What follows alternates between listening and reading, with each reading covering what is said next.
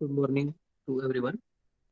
आज हमारा जो टॉपिक है इम्पोर्टेंस ऑफ रस औषधि, उसी को आज कंटिन्यू करेंगे। थोड़ा ही बाकी था उसके अंदर। तो जो रस औषधि या रस शास्त्र की जो दवाइयाँ है वो क्यों महत्व रखती है आयुर्वेद के अंदर, इन्हीं दवाइयों का महत्व सबसे ज्यादा क्यों है? पेशेंट के लिए ये कैसे बहुत ज्यादा उपयोगी है, एक वैद्य के लिए ये क्यों बहुत ज्यादा उपयोगी है, और भी बहुत कुछ चीजें हम इसमें देख रहे थे। लेकिन उसके साथ साथ कुछ प्रिकॉशंस भी रखने पड़ते हैं। वो क्या क्या है वो भी देखेंगे आज।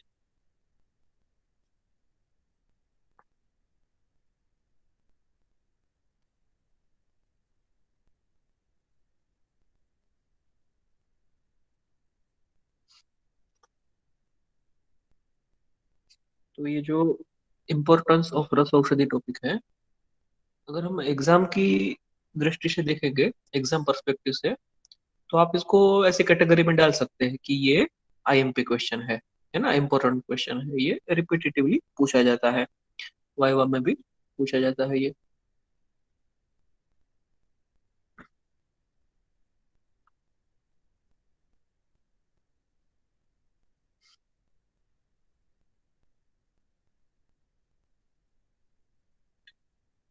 तो उसके अंदर हमने शुरू में कुछ रस चिकित्सा सबसे बढ़िया है, क्यों है, दुर्लभ है, सभी के पास नहीं होती, ऐसा इंट्रोडक्शन देखा था, पेशेंट का पर्सपेक्टिव देखा था। पेशेंट सिर्फ रस चिकित्सा से नहीं, किसी भी बीमारी के लिए क्या चाहेगा कि उसकी बीमारी किस तरह से ठीक हो, कैसे ठीक हो, जल्दी से जल्दी ठीक हो जाए, कम से कम दवाई में ठीक हो जाए, फिर से बीमार ना पड़े। ऐसी सभी आमतौर पे पेशेंट की इच्छा रहती है।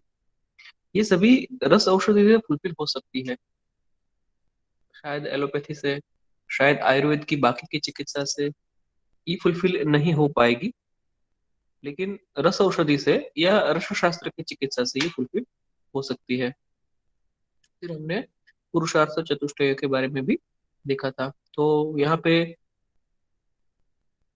नेक्स्ट ये जो श्लोक है, अल्पमात्र उपयोगित्वात् अरुचेर अप्रसंगतः क्षिप्रम आरोग्यदायित्वात् औषधेभ्यो अधिको रसः। रस रत्न समुच्चय का ये एक श्लोक,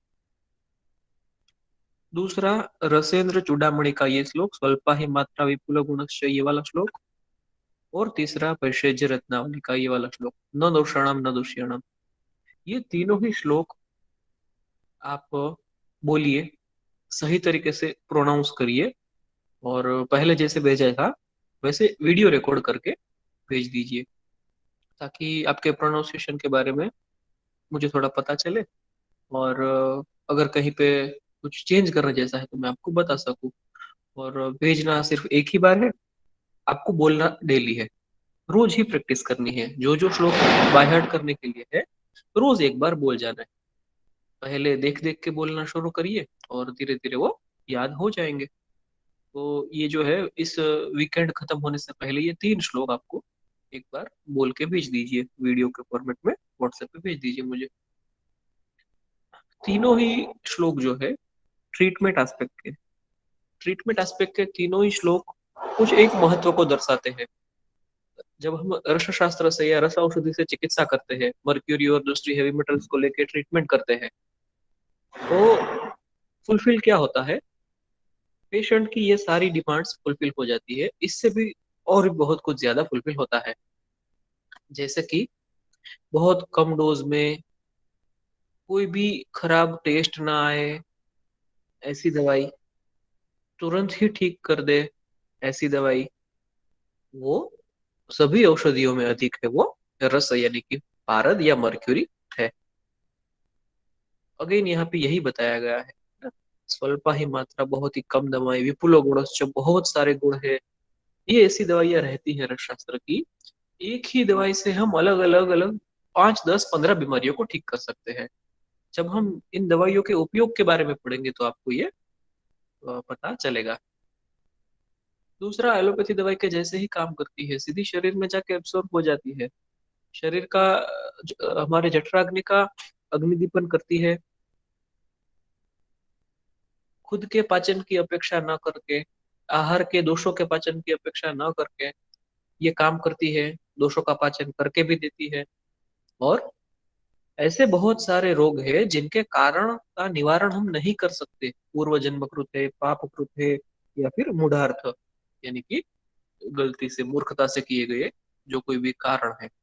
उन सभी रोगों के कारणों का निवारण हम नहीं कर सकते, लेकिन उस रोग का निवारण कर देंगे। फिर और एक बहुत ही इजी वे में यूज करने के लिए बताया है कि दोष दुष्य पुरुष स्त्री देश काल कुछ भी देखे बिना, बस ये लक्षण या ये रोग के लिए ये दवाई है, ये दे दिया तो ये जरूर असर करेगी ही करेगी। ये सब ट्रीटमेंट एस्पेक्ट का इंट्रोडक्शन देखने के बाद हम थोड़ा प्रिकॉशन के बारे में देखते हैं। ये जो रसशास्त्र की जो दवाइयां है वो इम्पोर्टेंट तो है, लेकिन उसमें हमें कुछ ख्याल रखने जैसी चीजें भी है। ट्रीटमेंट एस्पेक्ट में और भी थोड़ा कुछ बताना है, लेकिन वो इसके बाद बताता हूँ। तो उसके बाद का जो टॉपिक है वो है शेल्फ लाइफ, इंपॉर्टेंस ऑफ रस औषधि के अंदर ही रस औषधियों की शेल्फ लाइफ।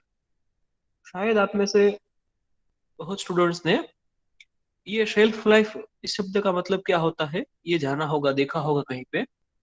अगर नहीं पता तो अभी बता देता हूँ। शेल्फ क्या होती है? हमारे घर में, किचन में, किसी मेडिकल स्टोर में, कहीं पे भी कोई एक जगह होती है जहाँ पे हम ये सब दवाइयाँ रखते हैं या कुछ भी चीजें रखते हैं। तो वहां पे उसकी लाइफ कितनी है, ये इसका आसान शब्दों में मतलब है। सही सही मतलब क्या है? ये जो दवाई हमने मैन्युफैक्चर कर ली, दवाई हमने बना ली, तब से लेके वो कितने समय तक असरकारक रहेगी, मतलब कि कब वो दवाई एक्सपायर हो जाएगी। तो अभी ये तो आप सभी को पता होगा कि हर एक दवाई के डिब्बी के या स्ट्रिप के ऊपर उसकी एक्सपायरी डेट लिखी होती है। तो वही एक्सपायरी डेट हमें डिसाइड करनी होती है, क्योंकि हम दवाई बनाएंगे, है ना। दवाई बनाएंगे तो उस दवाई की एक्सपायरी डेट भी हमें ही लिखनी होगी। हमें पता होना चाहिए कि ये दवाई मैंने बनाई है, इसको इमिडिएटली यूज कर लेना है, या फिर लंबे समय तक रख सकते हैं, 2 महीने, 6 महीने, 1 साल, 2 साल, 5 साल, 10 साल, या उससे भी ज्यादा, वो हमें डिसाइड करना है। तो जब हम ये रसशास्त्र का जो पेपर 2 पढ़ेंगे, भैषज्य कल्पना, जब हम पढ़ेंगे तो हम अलग अलग बहुत तरह के शेल्फ लाइफ के बारे में पढ़ेंगे। जैसे कि हमने किसी वनस्पति में से उसके पत्ते का रस निचोड़ के निकाल के लिया है, तो उस रस को हम रख नहीं सकते। आज उसका रस निकाला है तो आज ही पी जाना पड़ेगा। तो उसकी जो शेल्फ लाइफ है वो बहुत ही कम होती है। तुरंत ही, मतलब 1 घंटे, 2 घंटे, 5 घंटे में उसको यूज कर लेना है। अगर फ्रीज में रख दिया तो दूसरे दिन यूज कर लेना है, लेकिन उसको 6 महीने नहीं रख सकते, वो खराब हो जाएगा। तो सभी दवाइयों की शेल्फ लाइफ जो है वो कुछ ना कुछ होती है, किसी की कम, किसी की थोड़ी ज्यादा। लेकिन जो क्लासिकल टेक्स्ट है, मतलब कि जो रस ग्रंथ है, वहां पे ऐसा बताया गया है कि रस औषधियों की जो शेल्फ लाइफ है वो इनफाइनाइट है, वो अनंत है। ऐसा सारंगधर संहिता में बताया है, और भी कुछ ग्रंथों में भी बताया है। रस शास्त्र की जो दवाई है उसकी शेल्फ लाइफ बहुत ही लंबी होती है। मतलब कि समझ लीजिए 10 साल, 20 साल, 30 साल, 40 साल, उतना तो उस दवाई को हम रखेंगे ही, क्यों, उससे पहले तो यूज कर लेंगे। तो बहुत ही लंबी शेल्फ लाइफ इसकी होती है, तो वहां पे बताया है इनफाइनाइट। लेकिन अभी के जो नियम होते हैं, गवर्नमेंट ने निकाले हुए, फिर वर्ल्ड हेल्थ ऑर्गेनाइजेशन ने निकाले हुए, और भी बहुत सारे नियम होते हैं। तो उस नियमों के अनुसार हम ऐसा तो नहीं लिख सकते किसी दवाई की डिब्बे के ऊपर या स्ट्रिप के ऊपर कि ये तो अनंत काल तक चलेगी, ये दवाई कभी खराब ही नहीं होगी। तो एक्सपायरी डेट लिखना जरूरी होता है। तो जो एक ड्रग्स एंड कॉस्मेटिक एक्ट नाम से एक कायदा है, कानून है, जो भारत सरकार ने बनाया है 1940 में, आज से 80 साल पहले। तो उसके अंदर उसने कुछ नियम भी बनाया है, ये डीएनसी एक्ट या ड्रग्स एंड कॉस्मेटिक्स एक्ट। उसके अंदर उन्होंने कुछ नियम बनाए हैं, और उस नियम के अंदर सभी तरह की दवाइयों की एक्सपायरी डेट कितनी होनी चाहिए, ये सब उन्होंने लिख के दिया है। एलोपैथिक दवाइयों की एक्सपायरी डेट्स के बारे में लिखा है, आयुर्वेदिक दवाइयों की एक्सपायरी डेट्स के बारे में लिखा है, हर एक के बारे में। अगर वो जूस है तो कितना समय चलेगा, अगर वो सिरप है तो कितना समय चलेगा, कैप्सूल है तो क्या, टेबलेट है तो क्या, पाउडर या चूर्ण है तो क्या, है ना। तो हर एक चीजों के बारे में उन्होंने एक्सपायरी डेट बताई। तो वहां पे उन्होंने ऐसा बताया कि ये जो रस शास्त्र की दवाइयां है, रस औषधियां है, उनके लिए आप रिकॉर्ड के लिए ऐसा लिखिए कि ये 10 साल चलेगी, 10 साल में एक्सपायर होगी। हालांकि होती नहीं, लेकिन वहां पे हमें लिखना है ऐसा कि रस औषधियां 10 साल तक चलेगी। तो अगर मैंने अभी एक भस्म बनाई है, यहाँ पे समझ लीजिए एक द्रव्य है अभ्रक, हमारा सबसे पहला द्रव्य है अभ्रक। तो उसकी मैंने अभ्रक भस्म बना ली, बन के रेडी हो गई 2020 में, नवंबर 2020 में। तो मुझे उसकी एक्सपायरी डेट क्या लिखनी चाहिए, नवंबर 2030, 10 साल लिखनी चाहिए उस तरह से। हालांकि कुछ भस्म ऐसी है, आप आके पढ़ेंगे, जैसे कि ताम्र भस्म, तांबे की भस्म, कॉपर की भस्म, या फिर नाग भस्म। नाग यानी कि लेड, सीसू जिसे गुजराती में बोलते हैं, हिंदी में सीसा बोलते हैं, या हम केमिकली उसको लेड या प्लम्बम पीबी बोलेंगे। तो उसकी जो भस्म है वो 10 साल नहीं चलती, वो चलेगी लंबा, लेकिन उसको फिर से थोड़ा प्रोसेस करना पड़ता है हर 3 साल के बाद, हर 5 साल के बाद। तो हम कुछ एक्सेप्शंस जो है, अपवाद जो है वो भी याद रखेंगे। नहीं तो इन जनरल सभी रस औषधियां जहाँ पे मर्क्यूरी और दूसरे रस द्रव्य आते हैं वनस्पतियों के साथ साथ में, वो सभी 10 साल तक अच्छे रहते हैं। तो कॉमनली हम याद रख सकते हैं कि ये 10 साल तक अच्छी रहेगी। तो ये भी इम्पोर्टेंट है, ये भी इम्पोर्टेंस ऑफ रस औषधि के अंदर आता है। क्योंकि आयुर्वेद की कोई भी दवाइयां ले लीजिए, आयुर्वेद की, एलोपैथी की, होम्योपैथी की, सभी तरह की कोई भी दवाइयां ले लीजिए, कहीं पे भी इतनी लंबी शेल्फ लाइफ 10 साल, इतनी लंबी शेल्फ लाइफ कहीं पे भी नहीं होती। आप आज एक थोड़ा काम करिएगा, घर में कुछ ना कुछ दवाइयां पड़ी रहेगी किसी ना किसी की, तो देखिए उसमें एक्सपायरी डेट क्या है। Best before with in 2 years, 3 years, उतना ही लिखा रहता है, 10 साल कहीं पे नहीं लिखा रहता। तो ये भी एक इम्पोर्टेंट चीज है कि हम इस दवाई को लंबे समय तक अच्छे से रख सकते हैं। बाद में है कुछ लीगल एस्पेक्ट, ये बहुत ही ध्यान रखने की चीज है उनके लिए जो BAMS करने के बाद प्रैक्टिस करना चाहते हैं, जो डॉक्टर बनना चाहते हैं। कुछ लोग आगे जाके मेरे जैसे टीचर बनना चाहेंगे, कुछ लोग फार्मास्यूटिकल लाइन में जाना चाहेंगे, कुछ रिसर्च में जाना चाहेंगे, उनके लिए ये थोड़ा कम काम वाली चीज है। लेकिन जो डॉक्टर बनना चाहते हैं, प्रैक्टिस करना चाहते हैं, उनके लिए ये लीगल एस्पेक्ट समझना बहुत ही ज्यादा जरूरी है, क्योंकि ये हर बार आपको आएगा, वहां पे यूज में आ जाएगा। जो रस औषधियां है, हालांकि वो सबसे ज्यादा इम्पोर्टेंट है, प्रोमिनेंट है क्लिनिकल प्रैक्टिस में। अगर आपको ये दवाइयाँ यूज करना आता है, तो आप जटिल से जटिल बीमारियों को सरलता से ठीक कर सकते हैं। और जो सुख साध्य बीमारियां हैं, उनको तो बड़ी ही आराम से तुरंत ही ठीक कर सकते हैं, जैसे कि एक एलोपैथी के जैसे GP हो, जनरल प्रैक्टिस हो, उसके जैसे ठीक कर सकते हैं। तो इसकी इफेक्ट बहुत है, ये जो दवाई है इसकी इफिकसी, इफिकसी बहुत है। लेकिन हमेशा ही किसी भी दवाई के बारे में एक डॉक्टर को दो चीजें सोचनी चाहिए। एक है उसकी इफिकसी यानी कि इफेक्ट, दूसरी है उसकी सेफ्टी। तो ये इफिकसी और सेफ्टी, इसका बैलेंस बना के चलना चाहिए हमेशा। अगर कोई भी दवाई है, वो जितनी ही इफेक्टिव हो उसके साथ साथ में उतनी ही सेफ होनी चाहिए, बैलेंस होना ही चाहिए। तो ये दवाइयों के बारे में, ये बहुत बढ़िया दवाई है, बहुत अच्छी है, जल्दी से ठीक कर देती है, कम डोज भी लेना पड़ता है, बहुत सारी प्रशंसा हमने कर ली उसकी। लेकिन प्रिकॉशन लेना पड़ेगा, हमें ख्याल रखना पड़ेगा इसकी सेफ्टी के बारे में, क्योंकि इश्यू अराइज होते हैं, हुए हैं और होते रहते हैं। इसके अंदर हमारे जो इंग्रेडिएंट्स है, हैवी मेटल्स है बहुत सारी, हमारे जो रसद द्रव्य है जिसके अंदर मर्क्यूरी है, लोग उसको जहर मानते हैं, है ना। तो जहर को भी हम बहुत ही संभाल के इस्तेमाल करते हैं। सल्फर है, वो भी एक एलर्जन है। बहुत सारे लोगों को सल्फा ड्रग्स की एलर्जी होती है, सल्फर की एलर्जी होती है। तो उसको भी संभाल के हमें इस्तेमाल करना चाहिए। फिर उसके जैसे बहुत सारे, जैसे कि आर्सेनिक का हम यूज करते हैं बहुत सारा, तो पीरियोडिक टेबल में आर्सेनिक कहाँ पे है आप देखिएगा, वो भी एक बहुत ही टॉक्सिक सब्सटेंस है। और भी बहुत सारी चीजें हैं जो अगर हमने उसको प्रोसेस नहीं किया, उसको प्यूरिफिकेशन नहीं किया, उसकी भस्म नहीं बनाई, तो वैसे का वैसा हम उसको शरीर में नहीं ले सकते। तुलसी का अगर हमने रस नहीं बनाया तो तुलसी का पत्ता भी खा लेंगे तो चलेगा, लेकिन हमारे जो इंग्रेडिएंट है उसको हम डायरेक्टली शरीर के अंदर नहीं ले सकते। तो प्रॉपर प्यूरिफाइड होने चाहिए, सही तरीके से शुद्ध हुए होने चाहिए। टीडीएस मैन्युफैक्चरिंग प्रोसेस, एक बहुत ही लंबा चौड़ा मैन्युफैक्चरिंग प्रोसेस होता है दवाई बनाने का।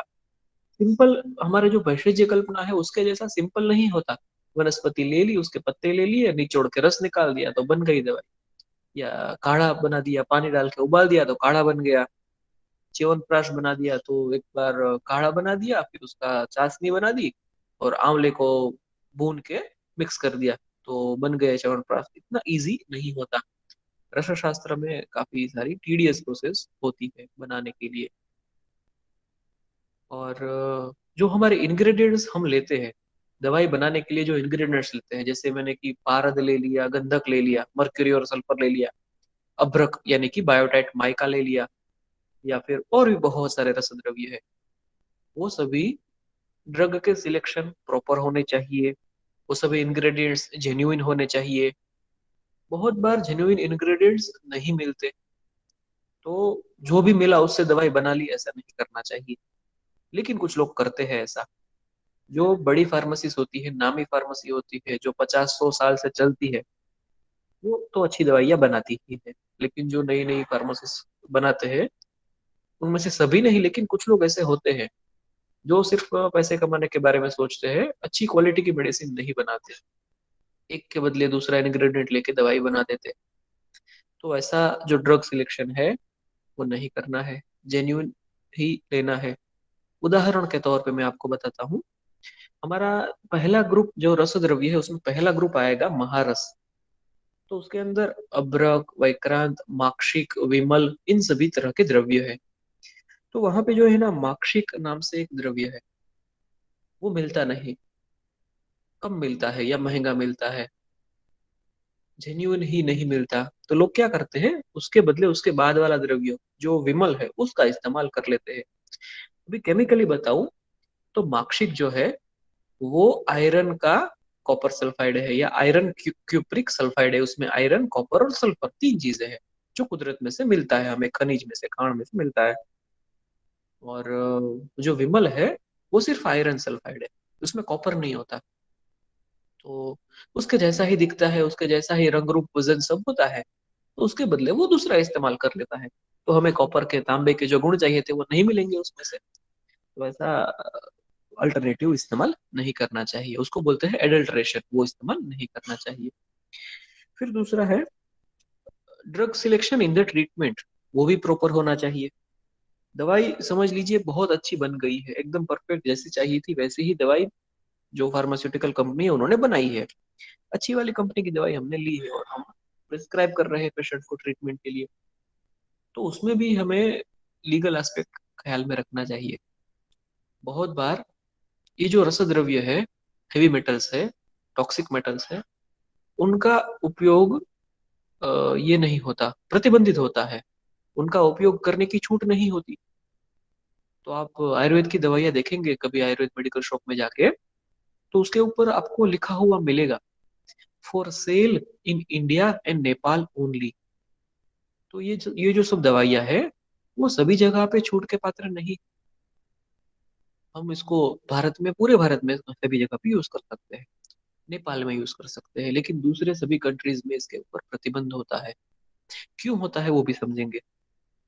हमारे यहाँ पे मर्क्यूरी जो है उसकी लिमिट बताई है फूड और ड्रग एडमिनिस्ट्रेशन डिपार्टमेंट ने, जिसको बोलते हैं एफडीए। तो जो food and drug administration department है उन्होंने भारत में और सभी देशों में बताया है कि ये जो है इतने पीपीएम, इतने पार्ट्स पर मिलियन, 10 लाख भाग में इतना भाग, उतना ही उसका प्रमाण होना चाहिए। उससे ज्यादा प्रमाण मर्क्यूरी का या आर्सेनिक का या कॉपर का या लेड का नहीं होना चाहिए। न खाने में भी नहीं, दवाई में भी नहीं, फूड में भी और ड्रग में, दोनों में भी नहीं होना चाहिए। लेकिन हमारी तो दवाई ही उसी के बेसिस पे बनती है। तो हमारी दवाई का डोज वैसे तो बहुत छोटा रहता है, जैसे कि 100 मिलीग्राम, 1 ग्राम का भी 10वां भाग, या फिर 50 मिलीग्राम, 10 मिलीग्राम, बहुत ही छोटा डोज रहता है। 1 ग्राम का 100वां भाग, उतना डोज रहता है। फिर भी वो 10 मिलीग्राम जो है उस डोज को एक्सेप्ट नहीं करते। वो तो क्या बोलते हैं, 10 लाख भाग में एक भाग, इतने पीपीएम, पार्ट्स पर मिलियन, उतना कम डोज, उससे ज्यादा नहीं होना चाहिए। तो बाकी के कुछ देश है जैसे कि यूके है, यूएसए है, या फिर यूरोप के बहुत सारे कंट्रीज, वहां पे अलाउड नहीं है इस तरह की दवाई को इस्तेमाल करना। तो हमें सिलेक्शन सही तरीके से करना चाहिए। जहाँ पे, जिस जगह पे जाके हम प्रैक्टिस कर रहे हैं, वहां पे वो लीगली अलाउड है या नहीं। तो हमें सभी दवाइयों के इंग्रेडिएंट्स पता होने चाहिए कि ये दवाई कैसे बनी है, वो पता होना चाहिए, तभी हम उस दवाई को यूज कर पाएंगे। फिर आगे कुछ लीगल एस्पेक्ट के सॉल्यूशन भी है। तो प्रॉब्लम तो क्या है बताया, अभी उसका सॉल्यूशन। तो जो गवर्नमेंट है, उन्होंने जीएमपी गाइडलाइंस दी हुई है। जीएमपी यानी कि गुड मैन्युफैक्चरिंग प्रोसेस, सॉरी ये मैंने यहाँ पे गलत लिखा है, गुड मैन्युफैक्चरिंग प्रैक्टिस आएगा यहाँ पे। तो ये भी बहुत बार ऐसे वाइवा में पूछते हैं कि गुड मैन्युफैक्चरिंग जीएमपी का फुल फॉर्म क्या है। तो मैंने गलती की यहाँ पे, ऐसे बहुत लोग गलती कर देते हैं, गुड मैन्युफैक्चरिंग प्रोसेस लिख देते हैं, लेकिन प्रोसेस नहीं, वो प्रैक्टिस है वहां पे। तो जीएमपी यानी कि good manufacturing practice. Manufacturing practices, जो दवाई बनाने का तरीका होता है, वो गुड होना चाहिए, अच्छा होना चाहिए। तो ऐसी गाइडलाइंस बताई है उन्होंने। ड्रग्स एंड कॉस्मेटिक एक्ट, इसके अंदर बहुत सारे शेड्यूल्स हैं। जैसे आपकी बुक में भी होते हैं ना, अनुक्रमणिका में चैप्टर्स होते हैं, बाद में परिशिष्ट होते हैं। तो उसी तरह से इसके अंदर भी बहुत सारे नियम और बाद में शेड्यूल्स है। तो उसके अंदर टी नाम का एक शेड्यूल है, उसके अंदर schedule A B C D बहुत सारे हैं। तो उसके अंदर एक शेड्यूल टी है, वो आयुर्वेद को लागू होता है। आप अपनी सिलेबस कॉपी में भी देखेंगे तो ऑलमोस्ट पूरे सिलेबस का सबसे लास्ट पॉइंट आपको मिलेगा, वहां पे ये शेड्यूल टी के बारे में भी हम डिटेल में पढ़ने वाले हैं। तो वहां पे उन्होंने कुछ गाइडलाइंस दी हुई है कि इस तरह से ही दवाइयों को प्रोसेस करेंगे, तभी जाके दवाई सही तरीके से बन पाएगी। जैसे ग्रंथ में, रस ग्रंथ में तो दिया है, शास्त्र में तो दिया है कि हमने अगर शंख में से दवाई बनानी है, तो शंख है जो, उसको पहले नींबू के पानी में उबालना है, बाद में उसके टुकड़े करके उसकी भस्म बनानी है। तो सिंपल प्रोसेस दी हुई है वहां पे, श्लोक में 2 लाइन में समझा दिया गया रहता है। लेकिन ये जो जीएमपी गाइडलाइंस है, उसमें बहुत डिटेल में हर एक स्टेप, स्टेप बाय स्टेप बताया गया है। तो उसको बोलते हैं SOP, ये उसको बोलते हैं सिस्टमेटिक ऑपरेटिव प्रोसीजर्स। SOP, हर एक स्टेप बताया गया रहता है, तो उसको हमें फॉलो करना है। तो वहां पे जनरल गाइडलाइंस दी गई है, मिनिमम टेक्निकल रिक्वायरमेंट्स दी गई है कि अगर आपको ये वाली दवाई बनानी है, तो इतने इतने इतने मशीन की जरूरत पड़ेगी ही, इतने इतने इंग्रेडिएंट्स की जरूरत पड़ेगी ही, इतने इतने मैन पावर की जरूरत पड़ेगी ही पड़ेगी। और जब दवाई बनाते हैं, उस समय पे दवाई बन जाएगी, बन के रेडी हो जाएगी, उस समय पे क्वालिटी चेक्स करने होते हैं कि दवाई बन रही है तब सही तरीके से बन रही है या नहीं, बनने के बाद भी टेस्टिंग होता है। तो उसके लिए क्वालिटी टेस्ट होते हैं। तो उसके लिए क्वालिटी एश्योरेंस, क्वालिटी कंट्रोल वगैरह चीजें होती है। ये सब क्या है, क्वालिटी एश्योरेंस मतलब क्या, क्वालिटी कंट्रोल मतलब क्या, वो हम हमारे रसो शास्त्र के सिलेबस में ही आता है, तब वो पढ़ेंगे। जब इसका पार्ट 1 का लास्ट टॉपिक देखेंगे ना, तो उसमें आता है स्टैंडर्डाइजेशन, तो वहाँ पे ये सारी चीजें हम पढ़ने वाले हैं। और स्पेसिफिकली किसके बारे में बताया है, हम तो बात कर रहे हैं इम्पोर्टेंस ऑफ रस औषधि इस टॉपिक के अंदर। तो वहां पे स्पेसिफिकली भस्म, सिंदूर, पिष्टी, कज्जली, खलवीय रसायन, परपटी, पोटली, सत्व, द्रुति, इन सभी के बारे में एक्सक्लूसिवली बताया गया है। अभी ये सारी चीजें क्या है, ये भी इसका मैं थोड़ा सा इंट्रोडक्शन दे देता हूँ। भस्म शब्द तो हमने बहुत बार यूज किया है ना। तो जो हमारे पास जो कुछ भी मटेरियल होता है, वो आयरन है, कॉपर है, लेड है, टीन है, जो कुछ भी है, हम उसकी भस्म बना देते हैं। तो प्रैक्टिकली देखेंगे तो 3 स्टेप में होता है। सबसे पहले जब हम उसको मिट्टी के बर्तन के अंदर एयर टाइट पैक करके अग्नि देते हैं, गर्म करते हैं, तब वो जो जो कोई भी द्रव्य है उसके सबसे पहले सल्फाइड्स बनने लगते हैं, कार्बोनेट्स बनने लगते हैं। अगर वो आयरन होगा तो आयरन से आयरन सल्फाइड आयरन कार्बोनेट बनेगा, जिंक होगा तो जिंक सल्फाइड जिंक कार्बोनेट बनेगा। तो सल्फाइड्स और कार्बोनेट्स बनने लगते हैं और लास्ट में जाके वो ऑक्साइड बन जाता है। सिर्फ इतना ही नहीं कि वो केमिकल चेंजेस होते हैं, उसमें फिजिकल चेंजेस भी होते हैं। उसकी जो पार्टिकल साइज होती है, समझ लीजिए हमने उसके छोटे छोटे टुकड़े कर दिए तो 1 मिलीमीटर का या आधे सेंटीमीटर का टुकड़ा है, वो बहुत ही सूक्ष्म हो जाता है। वो इतना सूक्ष्म हो जाता है कि वो हम मिलीमीटर में सेंटीमीटर में नहीं नाप सकते उसको, माइक्रोमीटर में या फिर नैनोमीटर में उसको हम माप सकते हैं। तो उसका जो मेजरमेंट है वो नैनो स्केल पे चला जाएगा, इतना सूक्ष्म हो जाएगा भस्म बनाते समय। इसीलिए जो ये जो रस औषधि है उसको आयुर्वेद की नैनो मेडिसिन बोलते हैं। तो मॉडर्न साइंस में तो नैनो मेडिसिन अभी चल रही है, शुरू हुआ है पिछले 10-15 सालों में। लेकिन आयुर्वेद में तो ये पिछले 1200 साल से है, जब से रस शास्त्र शुरू हुआ, प्रैक्टिस शुरू हुई, तब से है भस्म। मतलब कि आयुर्वेद के अंदर नैनो मेडिसिन का अगर आपको यूज करना है तो ये है रस औषधि है, इसीलिए ये इंपॉर्टेंट है। वो नैनो स्केल पे चली जाती है, जैसे कि आयरन का ऑक्साइड है, गोल्ड का ऑक्साइड है, सिल्वर का ऑक्साइड है। अगर हम उसका क्लस्टर साइज देखेंगे तो वो जो क्लस्टर साइज है वो 5 नैनोमीटर से लेके 100 नैनोमीटर तक, या 50 नैनोमीटर से लेके 300 नैनोमीटर तक, इस तरह का उसका रेंज रहता है। तो वो नैनो स्केल या माइक्रो स्केल पे चला जाने के कारण वो बहुत ही ज्यादा इंपॉर्टेंट हो जाता है, उसको यूज करना हमें सीखना पड़ेगा। फिर उसी तरह से है सिंदूर। तो जब हम मिट्टी के बर्तन में इन सभी को मिक्स करके नहीं, लेकिन कांच की बोतल में उसको मिक्स करके बनाते हैं तो सभी तरह के सिंदूर बनते हैं। वो भी हम आगे डिटेल में पढ़ने वाले हैं, पूरा चैप्टर है उसके ऊपर। फिर पिष्टी, ये किसी को इसमें असाइनमेंट में भी आया था, पिष्टी है ना, तो उन्होंने पूछा था। तो अभी सभी को बता देता हूँ। पिष्टी जो है ऑलमोस्ट भस्म के जैसा होता है, जैसा भस्म बनता है वैसा ही पिष्टी, उसका कार्यकारित्व या उसका इफेक्ट सेम होता है। लेकिन भस्म में हम अग्नि देते हैं, गर्म करते हैं। सिंदूर में भी हम अग्नि देते हैं, गर्म करते हैं। पिष्टी में अग्नि नहीं देना होता, पिष्टी में गर्म नहीं करना होता, क्योंकि वहां पे हमारे जो इंग्रेडिएंट है, हमारा जो रॉ मटेरियल है, उसके गुण शीत गुण होते हैं, ठंडा गुण होता है। जैसे कि मोती है, प्रवाड़ यानी कि परवाड़ा है, कोरल जिसको बोलते हैं इंग्लिश में, ऐसे कुछ द्रव्य है, कुछ रत्न जेमस्टोन्स जो कुछ है, उन सभी की पिष्टी बनाई जाती है। उन सभी को गर्म नहीं किया जाता, भस्म नहीं बनाई जाती। तो उनको सिर्फ कम्युनिकेशन करना है, यानी कि सूक्ष्म बनाना है। तो उसको सूक्ष्म बनाते हैं, कुछ भावना द्रव्य, कुछ लिक्विड्स भी उसके अंदर मिक्स करते हैं, और उसको एक fine powder, very fine powder, जो कि नैनो स्केल पे चला जाए, माइक्रोमीटर स्केल पे चला जाए, उतना फाइन पाउडर बना लेते हैं और उसको बोलते हैं पिष्टी। तो हम भी यहाँ पे प्रैक्टिकल में पिष्टी बनाएंगे। जब गर्मियों का मौसम आएगा तो पिष्टी बनाएंगे अप्रैल महीने में, ठंडे गुण वाले द्रव्यों की।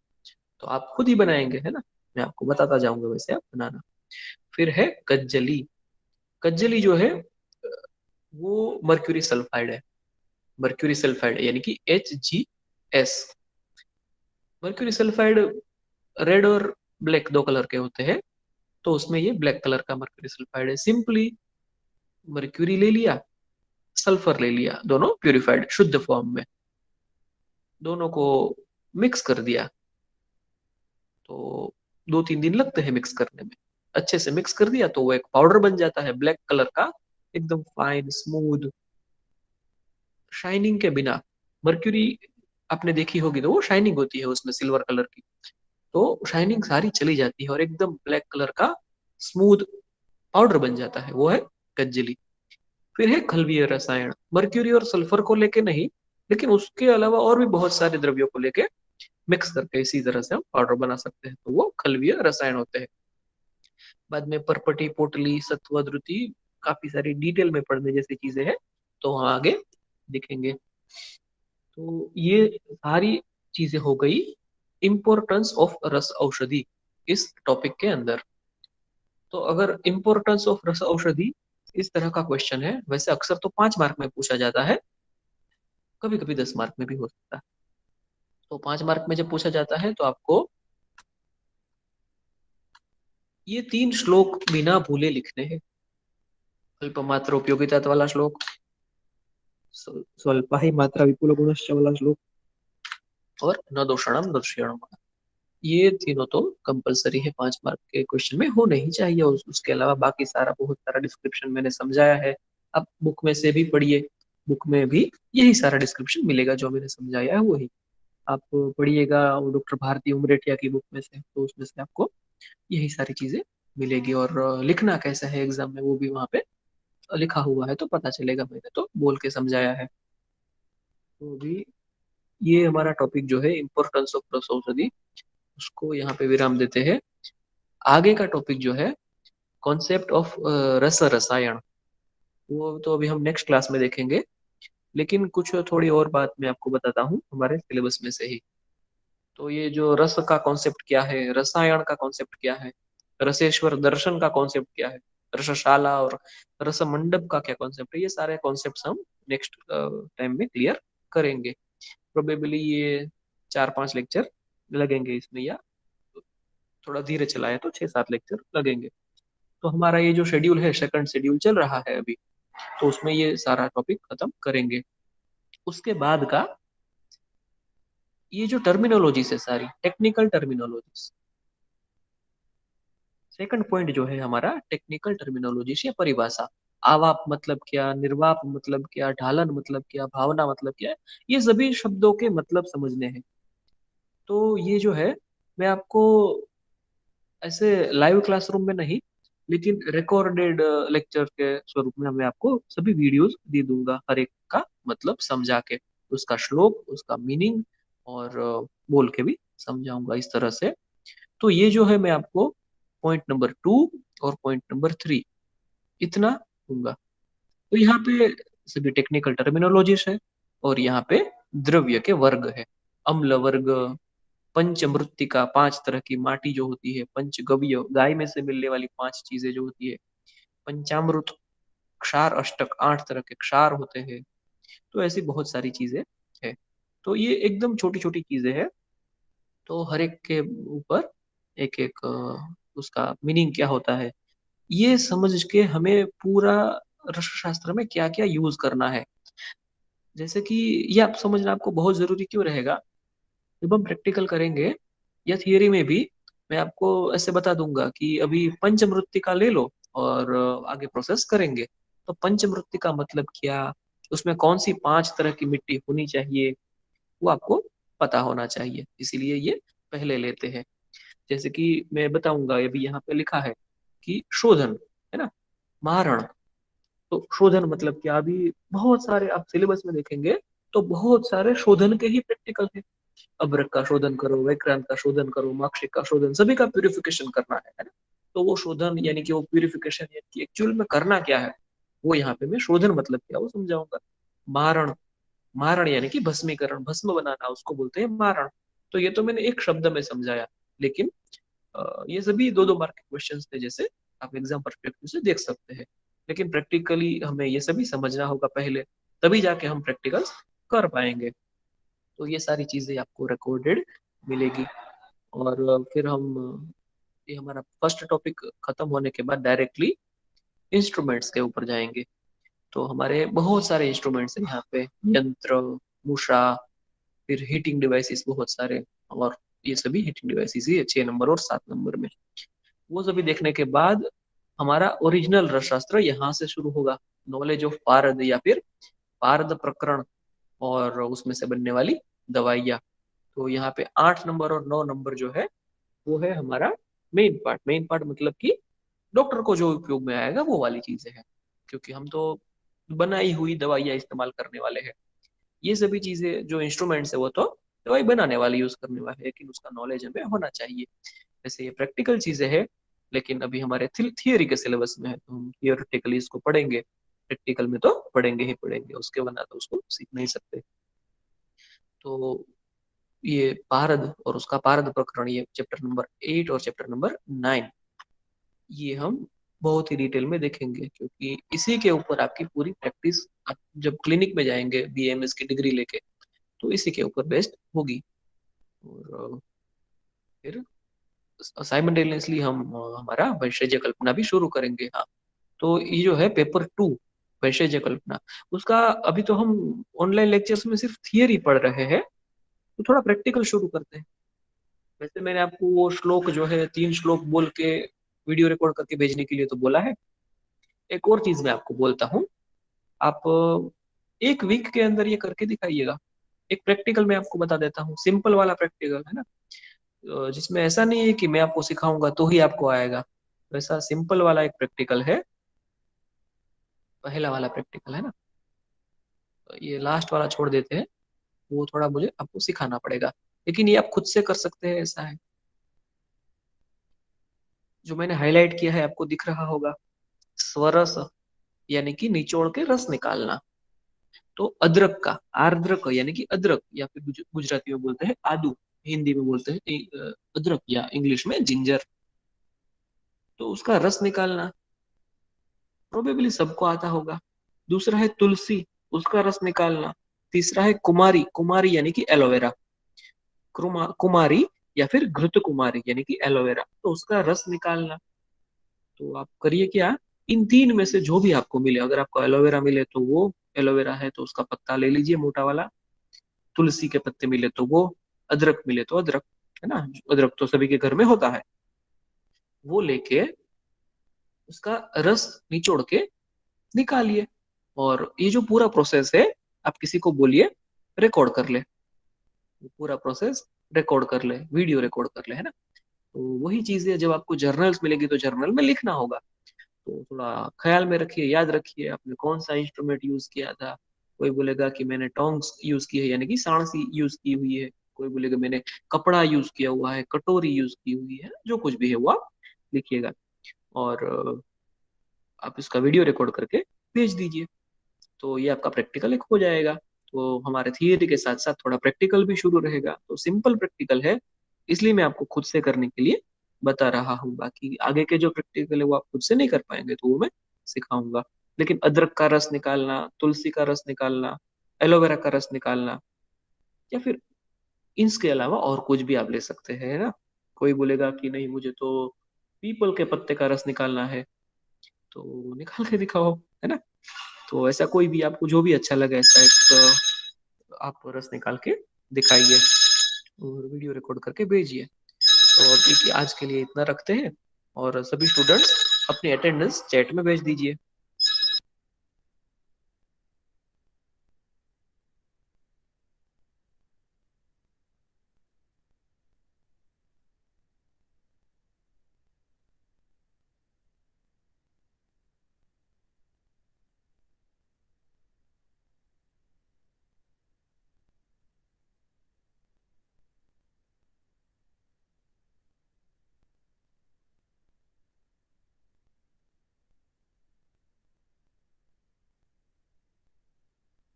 वैसे तो आज अटेंडेंस तो सब लोग दे रहे हैं, लेकिन बीच में मैंने देखा था कि 59 स्टूडेंट प्रेजेंट थे, ऑलमोस्ट सभी प्रेजेंट थे, कोई एब्सेंट नहीं है आज। तो एक बहुत अच्छी बात है। फिर भी मैं एक बार वेरीफाई कर लूंगा कि सभी के नाम और रोल नंबर है क्या नहीं इसके अंदर, तो चैट में मुझे ये पता चलेगा, तो भी आप लीव कर सकते हैं।